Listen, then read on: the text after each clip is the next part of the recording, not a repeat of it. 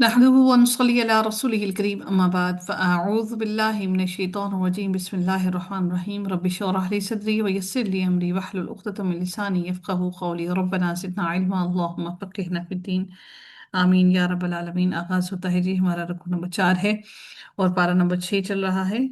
اور نہیں، رکوع نمبر 4 نہیں، بلکہ ہمارا پیچھے سے تھوڑا سا ہمارا رہتا تھا، تھوڑا سا ہم اس کو جلدی سے کوئکلی ہم اس کو گو تھرو ہو جاتے ہیں۔ اللہ تعالیٰ ارشاد فرماتے ہیں آیت 170 میں، ہمارا تھوڑا سا رہ گیا تھا کہ اللہ تعالیٰ یہاں پر ارشاد فرماتے ہیں کہ اے اہل کتاب، اپنے دین میں حد سے نہ گزرو اور اللہ تعالیٰ پر حق کے علاوہ کچھ نہ کہو۔ یقیناً مسیح عیسیٰ ابن مریم اللہ تعالیٰ کا رسول اور اس کا کلمہ ہے جو اس نے مریم کی طرف القا کیا ہے۔ القا یعنی کہ ان کی طرف ان کو بتایا ہے، سکھایا ہے، اور اس کی طرف سے ایک روح ہے، یعنی کہ حضرت جبریل علیہ السلام، جو ان کی مدد کرنے کے لیے اللہ تعالیٰ نے جن کو بھیجا۔ تو اللہ تعالیٰ فرماتے ہیں کہ اللہ تعالیٰ اور اس کے رسولوں پر ایمان لے آؤ، مت کہو کہ تین ہیں، یعنی کہ تین خداؤں پر یقین نہ رکھو، بلکہ یاد رکھو کہ اللہ ایک ہی ہے، اور تم باز آ جاؤ، یہی تمہارے لیے بہتر ہے۔ یقیناً اللہ تعالیٰ صرف ایک ہی معبود ہے، وہ پاک ہے کہ اس کی کوئی اولاد ہو، اسی کا ہے جو بھی آسمانوں میں ہے اور جو بھی زمین میں ہے، اور اللہ تعالیٰ ہی وکیل کافی ہے۔ اللہ رب العزت پھر اگلی آیت میں مزید ارشاد فرماتے ہیں کہ مسیح اس بات میں ہرگز، مسیح یعنی کہ حضرت عیسیٰ علیہ السلام کی بات کی جا رہی ہے، اللہ تعالیٰ ان کے بارے میں ارشاد فرماتے ہیں کہ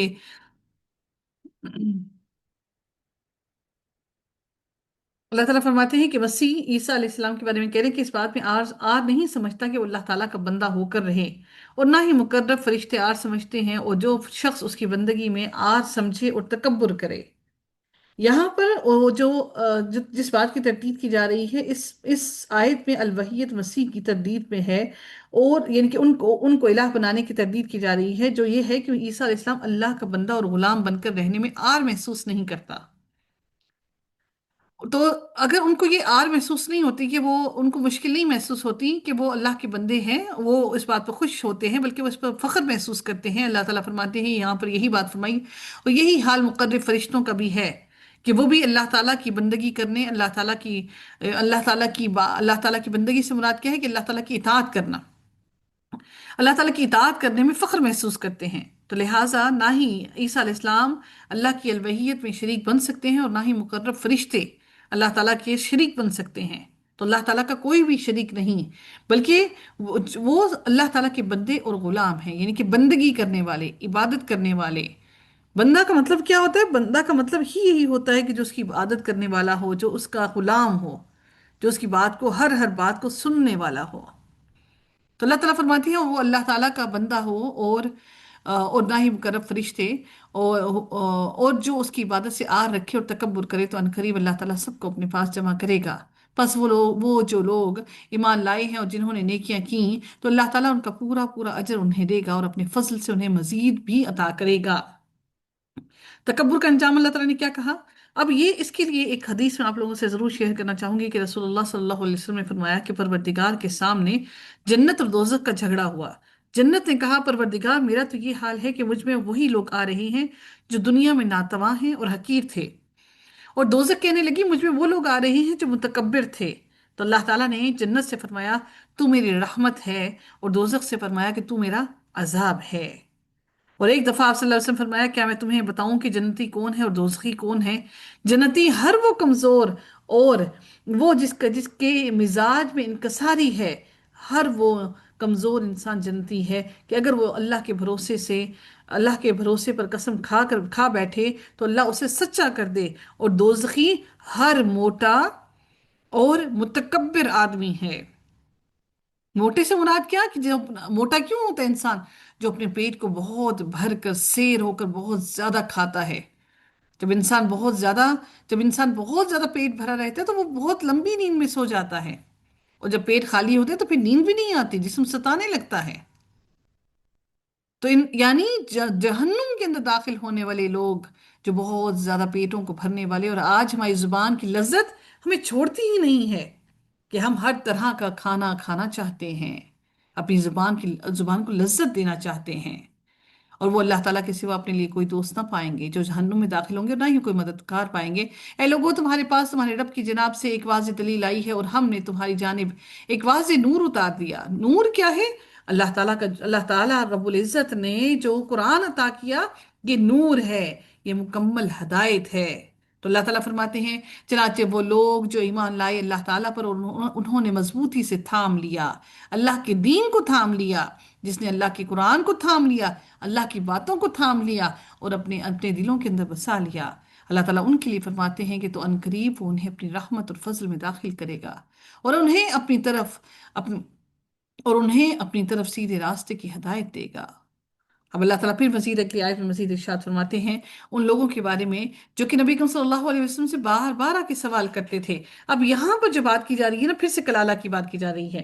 ہم نے اس سے قبل اسی سورہ نساء کی آیت نمبر 12 کے اندر کلالہ کے بارے میں پڑھا تھا، جو وہاں پر بھی ہم نے پڑھا تھا، کیونکہ یہ معاملہ کیا ہوا تھا کہ اس میں کلالہ کی میراث کے ایک دوسرے پہلو کا ذکر کیا جا رہا ہے، جس کے متعلق صحابہ کرام نے آپ صلی اللہ علیہ وآلہ وسلم سے سوال کیا۔ کلالہ کی میراث کا حکم اسی صورت میں، جیسا کہ میں نے آپ کو بتایا کہ آیت نمبر 12 میں بھی ہے، اور باقی احکام میراث بھی اسی صورت کی آیت نمبر 11 اور 12 میں بیان ہوئے ہیں۔ اس لیے اس آیت کے اندر جو باقی احکامات کلالہ کے ہیں وہ یہاں پر بیان کیے گئے ہیں، یعنی رسول اللہ صلی اللہ علیہ وسلم نے وحی الہی کی روشنی میں سب آیات کو اپنے مناسب مقام پر رکھا ہے، کہ یہ جو ترتیب ہے نا، آیتوں کی ترتیب، یہ بھی اللہ تعالیٰ کی طرف سے وحی کی گئی اور اس وحی کے مطابق ہی ان تمام آیتوں کو ترتیب دیا گیا۔ میں جلدی سے آپ لوگوں کو کلالہ کی میراث کے بارے میں، اس کی تقسیم کے بارے میں بیان کرنا چاہوں گی جلدی سے، کہ اولاد تین قسم کی ہوتی ہے، ایک عینی یا حقیقی یا سگے بہن بھائی، یا بس یہاں سے یاد رکھیں سگے بہن بھائی جو ہوتے ہیں جن کے ماں اور باپ دونوں ایک ہوں۔ دوسرے ہوتے ہیں سوتیلے، جن کو الاتی بھائی کہا جاتا ہے، الاتی بہن بھائی۔ یعنی کہ الاتی بہن بھائی کون سے؟ جس میں علت ہونا، یعنی کہ کوئی کمی ہونا، جس میں کوئی حروف علت، جیسا ہم گرامر میں بھی پڑھتے ہیں نا، علت یعنی بیماری ہونا، یعنی کہ الگ الگ ہونا۔ تو جیسے بیماری ہوتی ہے تو انسان کیا ہوتا ہے؟ الگ ہو جاتا ہے نا، یعنی کہ اپنی زندگی کی خواہشوں سے، اپنے کھانے پینے سے، وہ جو چیزیں پسندیدہ ہوتی ہیں ان سے بھی الگ ہو جاتا ہے۔ تو ان کو الاتی بھائی کہا جاتا ہے، جو سوتیلے ہوتے ہیں جن کا باپ تو ایک ہو اور مائیں الگ الگ ہوں، وہ الاتی بھائی ہوتے ہیں۔ آئین لام الف لام تے چھوٹی تی، یعنی سوتیلے، باپ ایک ہے مائیں الگ ہیں۔ ایک اور ہوتے ہیں جو اخیافی یا اخیافی بھائی، وہ ہوتے ہیں جن کی ماں ایک ہو اور ان کے باپ الگ الگ ہوں۔ اسی صورت کی آیت نمبر 12 میں جو کلالے کی میراث کے احکام بیان ہوئے تھے، وہ اخیافی بہن بھائیوں سے تعلق رکھتے تھے۔ اخیافی سے مراد کیا ہے؟ جن کی ماں ایک ہے اور باپ ان کے الگ ہیں۔ اور جو اس آیت میں یہ جو ابھی ہم آیت نمبر 176 دیکھ رہے ہیں، اس آیت کے اندر جو بیان ہو رہے ہیں یہ حقیقی یا سوتیلے بہن بھائیوں سے تعلق رکھتے ہیں۔ کیوں؟ کیونکہ اس کے اندر باپ جو ہے وہ ایک ہو، باپ ایک ہے، وہ سگا ہوگا یا سوتیلا ہوگا۔ الاتی وہ ہوتا ہے، الاتی جس کے اندر باپ ایک ہے لیکن مائیں الگ ہیں۔ اب وہ کیا ہے؟ یہ حقیقی یا سوتیلے بہن بھائیوں سے تعلق رکھتے ہیں۔ کلالے کی میراث کی تقسیم میں دو باتوں کو ملحوظ خاطر رکھنا، ان کو دھیان میں رکھنا ضروری ہے۔ وہ کیا ہے؟ ایک یہ کہ اگر کلالے کی حقیقی بہن بھائی بھی موجود ہوں، یعنی جن کا باپ ایک ہی ہے، اور سوتیلے بھی، یعنی کہ جن کا باپ ایک ہے ماں الگ ہے، تو حقیقی بہن بھائیوں کی موجودگی میں سوتیلے محروم رہ جائیں گے۔ یعنی کہ اگر حقیقی ہے، یعنی کہ ماں ایک ہے باپ بھی ایک ہے، اگر وہ موجود ہوں گے تو پھر سوتیلے بہن بھائیوں کو اس کا حصہ نہیں دیا جائے گا، اور اگر حقیقی نہ ہو تو پھر سوتیلوں میں جائیداد تقسیم ہوگی۔ اور دوسرا یہ کہ کلالے کے بہن بھائیوں میں تقسیم میراث کی بالکل وہی صورت ہوگی جو اولاد کی صورت میں ہوتی ہے۔ کلالہ کیا ہوتا ہے؟ جس کی اپنی اولاد نہ ہو، ٹھیک ہے، اولاد بھی نہیں ہے اور باپ بھی نہیں ہے، کیونکہ پہلے جو آپ کا حصہ ہے، جو آپ کی جائیداد ہے، آپ کا جو ترکہ ہے، وہ سب سے پہلے آپ کی کس میں جاتا ہے؟ ماں باپ کے اندر جاتا ہے۔ اگر باپ نہیں ہے، بھائی بھی نہیں ہے، ٹھیک ہے، سوری، ہاں جی، باپ نہیں ہے اور اولاد نہیں ہے، کیونکہ پہلا آپ کا تعلق جو ہوتا ہے وہ باپ سے اور اولاد سے ہوتا ہے۔ اگر وہ دونوں نہیں ہیں لیکن اس کی کیا ہے؟ بہن بھائی موجود ہیں، اب اس اصل وارث کیا ہے؟ باپ یا پھر اولاد، تو پھر اس کی میراث جو ہوگی وہ کلالہ ہوگی۔ تو اللہ تعالیٰ نے یہاں پر جو احکام نازل کیا وہ کیا؟ حقیقی بہن بھائیوں کے بارے میں۔ اب وہ کیا ہے کہ اگر حقیقی بہن بھائی موجود ہیں تو پھر سوتیلے بہن بھائیوں کو حصہ نہیں ملے گا، اور اگر حقیقی بہن بھائی نہیں ہیں تو سوتیلے بہن بھائیوں کو حصہ ملے گا۔ اور یہ کہ اگر کلالے کی حقیقی بہن بھائی بھی موجود ہوں اور سوتیلے بھی ہوں، تو حقیقی بہن بھائیوں کی موجودگی میں سوتیلے جب محروم رہیں گے، اور اگر حقیقی نہ ہو تو پھر سوتیلے میں جائیداد تقسیم ہوگی۔ اور دوسرا یہ کہ کلالے کے بہن بھائیوں میں تقسیم میراث کی بالکل اسی طرح ہوگی جس طرح ہم اولاد کے اندر کرتے ہیں،